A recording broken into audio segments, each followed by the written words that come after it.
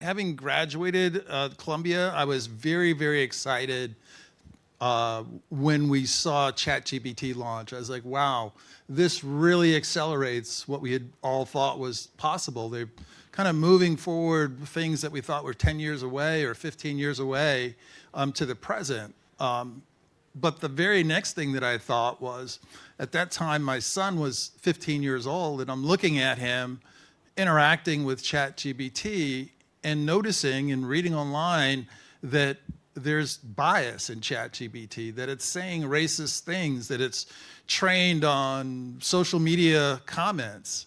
And I'm thinking, wow, if we just let this go, we've completely dropped the ball, because AI is going to be in your car. It's going to be in your toaster. It's going to be when you go to the doctor. It's a tool used by law enforcement.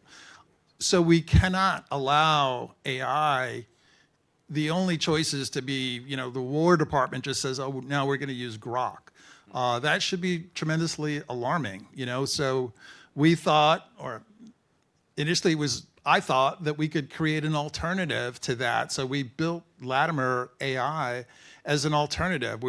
And we have trained it with the history and culture of Black and brown people, using things like the New York Amsterdam News from 1925 to present, dissertations, public domain documents, history textbooks from folks like Professor Molefe Asante at Temple University, and having that context and essentially telling an AI platform that this new information is really important changes the way that the AI responds and talks to people. So we know that we have a tremendous amount of work to do because AI is racing forward. We've seen this conflict in Europe where drones are, have kind of taken over the battlefield. We see that we have firms in the United States that are making millions and millions of dollars on defense.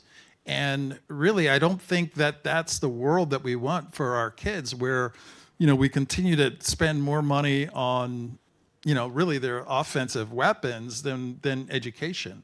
So, people like us have to be in that game. We have to be creating.